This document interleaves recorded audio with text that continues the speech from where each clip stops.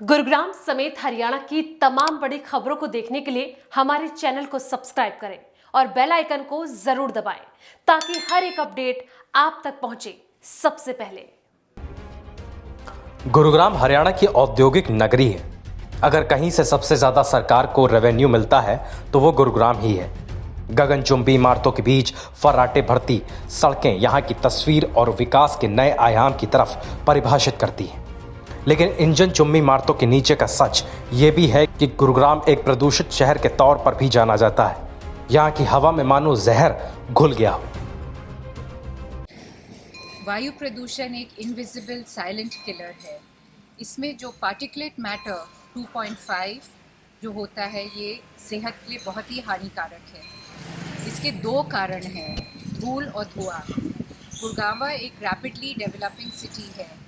बहुत सारी कंस्ट्रक्शन हो रही है। प्रॉपर स्कैफोल्डिंग मटेरियल काफ़ी सारी साइट्स पे देखने के लिए नहीं मिलता है। धूल के अंदर जो सिलिका होता है, इससे PM10 की जो लेवल्स हैं वो हाई रहती हैं। जो टूटी हुई सड़कें हों, अनपेव्ड रोड्स हों, रोड्स इन डिसरिपेयर हो, खुले में जो रेता जो बिकता है, compliances to the construction guidelines NGT के, इन सब पे हम लोगों को बहुत ज़्यादा टाइट होना पड़ेगा अगर हमको डस्ट कंटेन करनी है और धूल को हमको कंटेन करना है। गुरुग्राम प्रदूषण पर नियंत्रण करने के लिए लगातार प्रयास तो किया जाता है, लेकिन इसके बावजूद गुरुग्राम में लगातार प्रदूषण मात्रा बढ़ती जा रही है। वहीं इस बीच अब ट्रैफिक के साथ साथ सड़क के किनारे पड़ी मिट्टी भी प्रदूषण का मुख्य कारण बन गई है। PM10 और PM2 का मुख्य कारण यही है जो वाहनों की गति के साथ हवा में एकदम घुल जाती है और प्रदूषण ऐसा ही लोगों के लिए सांस लेने में तो दिक्कत करता है, साथ ही सांस के साथ शरीर में जहर की माफिक धीरे धीरे घुल जाता है।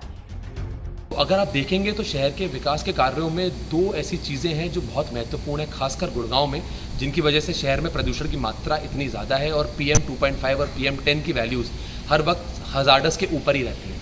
एक है इनमें से गाड़ियों का प्रयोग और दूसरा है हमारी कंस्ट्रक्शन एक्टिविटी का किस तरह से रेगुलेट किया जा रहा है।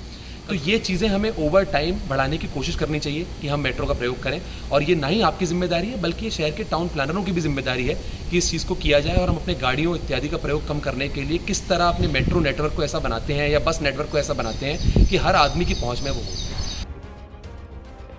गुरुग्राम में प्रदूषण की बात करें तो आज AQI 133 है, PM2 33 है और PM10 आज 35 नोट किया गया है।